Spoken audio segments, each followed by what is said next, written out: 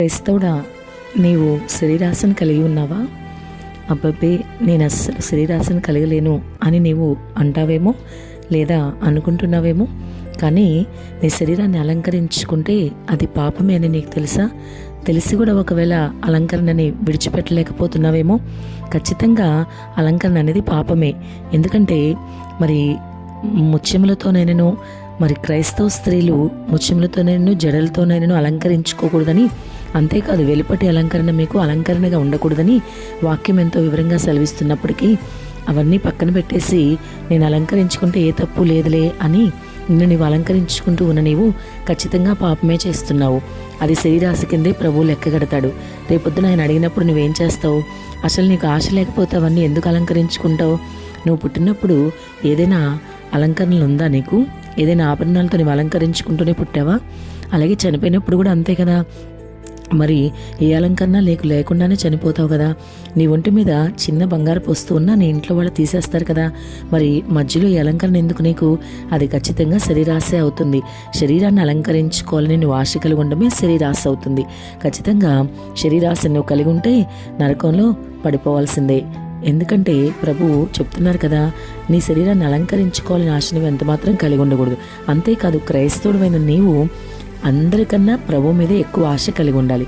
ఆ విషయం నీకు తెలియకపోవడం నిజంగా చాలా చాలా బాధాకరమైన విషయం అది. ఎందుకంటే నేటి క్రైస్తవులు వాక్యాన్ని చదవడం మానేశారు. అందువల్ల వాక్యంలో ఉన్న విషయాలు తెలియక మరి ఎంతో అజ్ఞానంలో ఉండిపోతున్నారు. మరి ఇదెంతో విచారించదగిన విషయం. కాబట్టి వింటున్న సహోదరి సహోదరుడా, ఖచ్చితంగా నువ్వు శరీరాశను కలిగి ఉన్నావని ఈరోజు గ్రహించి మరి నీ శరీరం మీద ఇంకా ఏదైతే మరి అలంకరించుకుంటూ ఆభరణాలు ధరించుకుంటూ ఉన్నావో, మరి ఈ అలంకరణ అనేది ఇతరులను ఆకర్షించుకోవడానికే అలంకరించుకుంటారు. నువ్వు కాదు అని అన్నా ఖచ్చితంగా అది నిజమే. ఎందుకంటే ఇతరులను ఆకర్షించుకోవడానికి ఈ మరి నీ అందము చేత, అంటే ఇంకా అలంకరణ ద్వారా మరి నువ్వు ఇంకా ఎక్కువగా అలంకరించుకుని ఇతరులను ఆకర్షించుకోవాలని ఆశ నువ్వు కలిగి ఉన్నావు. లేకపోతే మరి ఎందుకు అలంకరించుకుంటున్నావు నువ్వు? ఇతరుల కోసమే కదా. మరి ఫంక్షన్లకి పార్టీలకి వెళ్ళినప్పుడు కూడా మరి అనేకమైన నగలు ధరించుకుని వెళ్తావు. వాళ్ళందరూ నిన్ను చూడాలనే కదా. మరి దీని శరీరాశానికి ఏమంటారు? ఒక్కసారి ఆలోచించు. ఎందుకు ఈరోజు ప్రభు నీతో మాట్లాడుతున్నారు? ఈ వాక్య భాగం ద్వారా నువ్వు ఆలోచించు. శరీరం ఎప్పుడూ కూడా నీ ఆత్మకు వేరుగా పనిచేస్తుంది. శరీరాశలను విడిచిపెట్టాలి.